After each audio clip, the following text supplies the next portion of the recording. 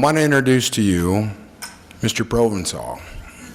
Under Mr. Provençal's leadership, MORC has received visitors from around the world and all around the United States to learn more about its programs. Mr. Provençal has worked as a consultant on the matter of rights for people with developmental disabilities around the globe and has authored numerous publications, articles, and book chapters. Over the years, he's been the driving force that has ushered in the wealth of services we enjoy today. It is my extreme pleasure to introduce to you our Executive Director, Jerry Provençal.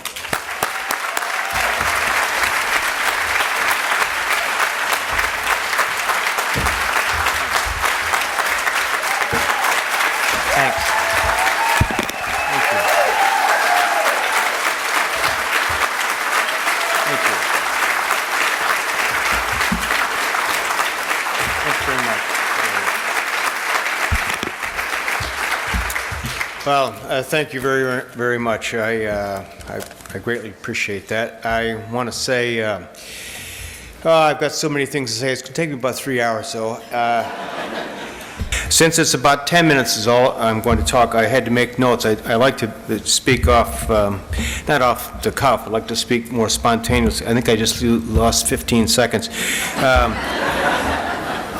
The very first thing I want to say to make sure that everybody in this room knows is that this is the Macomb-Oakland celebration and our anniversary, but it involves, and it could not have been done without every single person in this room, every single person who ever worked in any capacity, volunteered in any capacity, had anything at all to do with somebody who had a disability. If you gave someone a kind word or a head nod or accepted them into your church or your grocery store or wherever else, if you were a provider, if you were the backbone of this work, which are the direct care workers who are out there making very little money, but mentoring and nurturing and guiding and caring for people who are in the homes, regardless of whether you work for a state agency, a federal agency, the school district, the various mental health organizations, volunteer. This night is not our night, this is our night, because we are part of a community of people who embraced a social problem that had existed for a very long time, and yep, we had a number of hiccups along the way. You saw some of the resistance, but here we are, 40 years later. I'm telling you, it takes one's breath away. You see what we've accomplished together, and there are providers in this room. There are providers in this room who I've known for years and years. And they're not getting the recognition tonight because there are too many of you out there. But I want to tell you, those who helped us in the early days to take people into homes and deal with the resistance, and oftentimes this vicious resistance, they had courage. Tremendous courage, along with their compassion, their dignity. People who became foster parents, who took individuals in their homes who were wounded, who were severely disabled, who would never be like the average kid down the street. People who took them into their homes and gave them life and love and, again, guidance and nurturing. All of those things, they're unsung heroes. This is our night, Macomb-Oakland, because you know us, it's fabulous, you know, and the hair is standing up in the back of my neck, but there are so many people who were part of not only what we've done here, but what we've taught the rest of the world. These are simple lessons. Be good to people. Be kind to people. Treat them like they matter.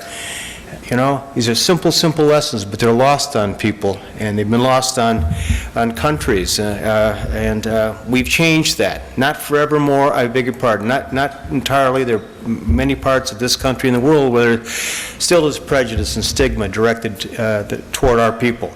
But for the most part, that we've broken the back on that kind of prejudice. We really have. And for all the things that people can say about the metropolitan area of Detroit and all of its problems, and the reputation it has for being a place that's rusty and its time has come and gone and what have you, this area has taught the world a lesson in decency, and it taught the world how we can change practices that hurt people, that kept them from being part of their own communities, that kept them from the interpersonal relationships that the rest of us take for granted. And we've taught them how that does not have to be the case, to have someone living in an institution 70 miles from where they used to live and seeing their families only on the weekends or perhaps on the holidays. That isn't necessary anymore, because it's all been taught right here. I was telling someone earlier tonight that, you know, the great lesson of from my point of view, of all the countries that have come here. I mean, you see the 54 countries that are mentioned that we've worked with. These are not countries where somebody visited and they brought back a souvenir. They send people here. You saw 9 people from Kazakhstan. I mean, most people in this room, including myself, couldn't even spell Kazakhstan before they came. And here they come to find out, well, how we did this, how we eliminated institutions, how we supported families who had sons and daughters that had disabilities. How did we support them in their homes? How did we deal with the misgivings of families who said, I don't want to have someone else to take care of my child if I can't take care of my child? How do you deal with the neighbors who shun people? How do you even have the money to pay for services that we're able to accumulate over the years or manage to get over the years? They ask simple questions, and the answers that we give them, that they take back, and they always say how much they appreciate it, is that it's not complex. It isn't complex to treat people decently. It isn't complex. It's not some abstract notion that's required to decide, I'm going to change a practice that's a lousy practice. You know, they go and they say, you have great staff here, you have enthusiasm, you have spirit. We can have those things. They say it doesn't cost a nickel. You got to talk to one another, support one another, compliment one another, you know. Become part of an organization, even if it's a small organization, that truly decides, and we did all those crazy years ago, 40-some years ago, when we were just children of the 60s. That's what we set out to do. It's not as loud, or not, I shouldn't say any of those things. As far-fetched as that was, that is the way we talked. In the late 60s, early 70s, we all challenged every convention, every tradition, every law, every practice. People dressed differently, wore their hair differently, protesting a variety of things. And the one thing that caught on for us that helped us so much at Macomb Oakland was the civil rights struggle that initially centered on people of color. And then it was on women and people of sexual preference. And we saw in our population all the kind of prejudice, all the kind of denial of opportunity that was imposed on other populations that were minorities, or at least treated like minorities, had been imposed upon our people. And what they lacked was, in our case, and for our people, what they lacked was voice. All the other groups had voice. Ours did not have voice. And it was very simple, really. We had to become the voice. And so we did not do this heroically, and there are people in this room who did it, not only adopted this kind of a viewpoint, along with, there are people in this room who adopted this viewpoint quite independent of me. But there was a contagion of effort saying, we're going to change a practice that culls a part of society out of its larger body and moves it off to institutions where they're kept in groups, you know, where everything is control and order. These weren't bad people that worked in institutions, but the model required order, control, in large groups. I worked in an institution. I wasn't a bad guy. The model was not right, and it denied our people all the things they should have had. So we took that on. In a little bit of time, people thought you'll never pull this off, to close institutions. I remember very well when I worked at Kalamazoo State Hospital in 1866, when I went to work there, and, you know, I loved the job. It was strictly a custodial job, and custodial as far as, you know, making sure people were fed and giving their medications and all, and I loved it, you know, but it stopped so short of satisfaction. And I remember one time talking to a fellow who had been there for 20 years, and he was a good man, and I'm not putting this man down. If I had been there for 20 years, I might have felt the same way.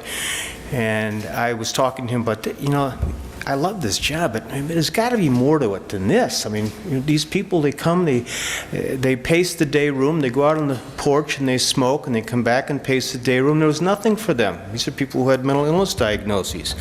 And we talked about that, and I was saying, there's got to be something. Well, why can't they, you can't do it. Why can't they can't do it? You can't do it. You can't do it. And I said, oh, for God's sakes, you got to be able to do something. And he says, you know what? You sound like a dreamer. You sound like a dreamer, an idealist. And I was one of those too. He says, but the system will beat it out of you. You'll learn. The system will beat it out of you. Well, we were very lucky at Macomb Milken. We're terrific people. I'll tell you that right now, everybody in this room. But we're also very lucky. We started out with no institution. And we didn't have an institution that we had to defend, that we had to work within, that required of us the same kind of indifference that one gets after a while in providing services to people, the real fundamental services to people who live in the institution. So we didn't start off that way. We could be the children of the 60s and challenge things. And that was a better deal for us, because we didn't have to defend that institution. We could attack it theoretically. Well, over the years, together we've done that. And I want to say again, it is not the institution, the people who worked in the institutions that are bad. The fact is that the model was a lousy model, and we were trying to reform it, and there were many attempts to try to reform institutions and make them better across the country, across the world. Michigan did it. They built new ones. Macomb Milken was going to be a new one. They refurbished old ones like Oakdale. It's a silk purse that can't be made into a sow's ear. People deserve to live down the street, down my street, your street, across the street from the mayor. They deserve to have all of the opportunities that the rest of us have in our neighborhoods. And we just kept, over the years, we just kept grinding away at that and grinding away at that and grinding away at that. And lo and behold, here we are tonight. 2 more minutes. Where are we today? I'll tell you where we are real fast. Joe put a number of said a number of things about where we are today. But today, rather than a place that was going to have an institution for 650 people, it's been closed since 1989, and it only ever had 124 people in there. And it only had 124 because we were opening homes so fast that it was quite obvious state didn't have to build one that was that large. Today we have 5,000 people that Macomb Milken provides services to throughout the metropolitan community.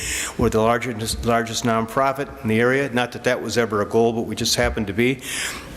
Futures Foundation, Jim Nicholson was mentioned as the chair. This man helped us from the very beginning day that we became a nonprofit, and now we've given away $500,000 in small grants to people who had very serious needs but government funds couldn't pay for. $500,000 in the last 6 years.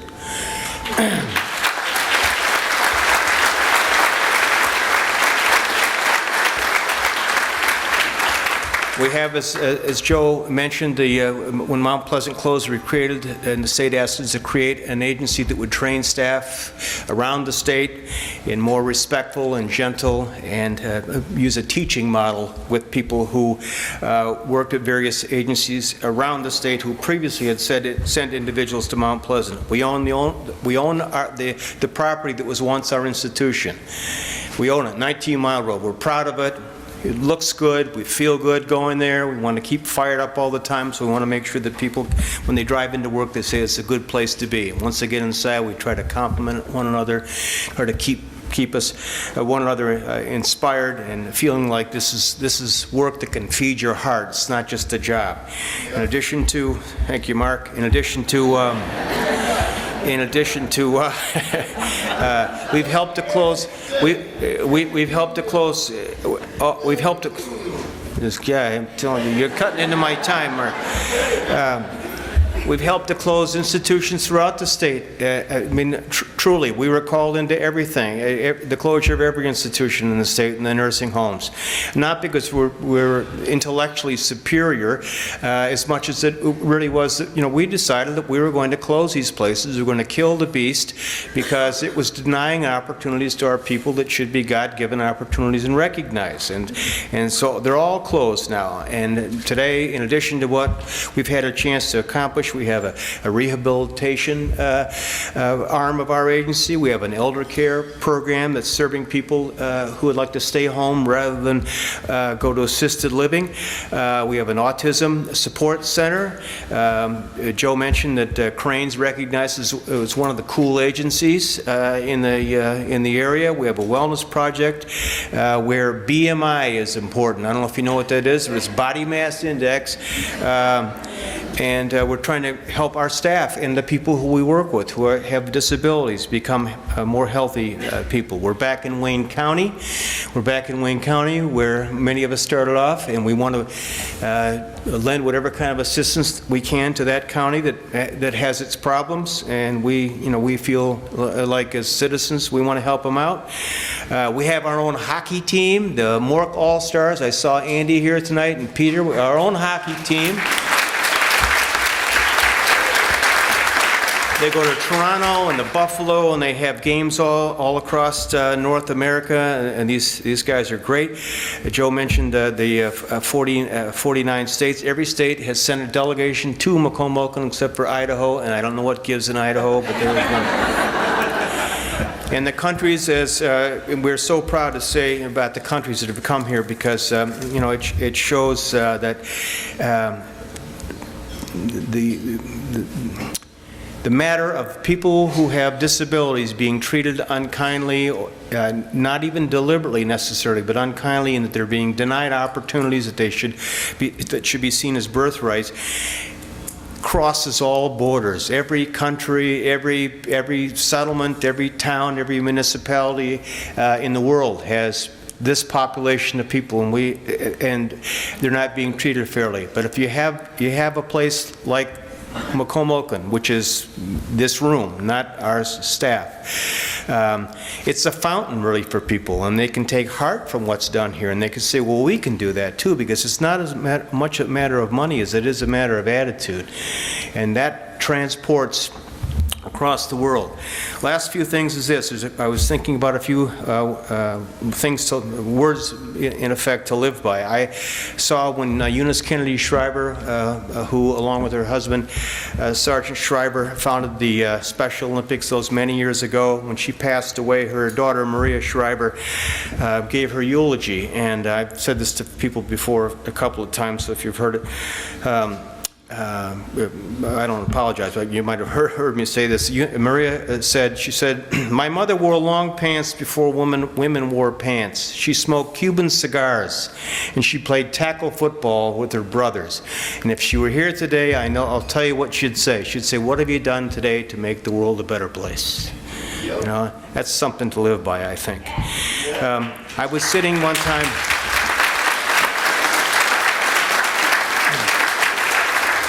I was sitting one time on a porch in Boston, Massachusetts, where I had friends and mentors to me, and there was an argument going on between two people, both of whom had a son who was living in a group home, very large group home outside of Boston. And they were arguing about something, I don't know what it was, and the man was a publisher, and a very successful publisher, very keen, very sensitive to the issues of the day, and the woman, Barbara Cutler, was the president of the Autistic Society of Massachusetts, and she had a son there too. And she was telling him something that the group had to do, should be doing, the home should be doing. And he said, for God's sakes, Barbara, we can't save the whole world. And she said, well, what are we here for then?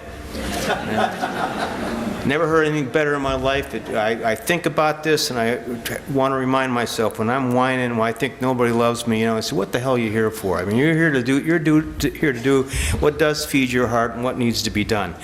Last thing I want to say is that,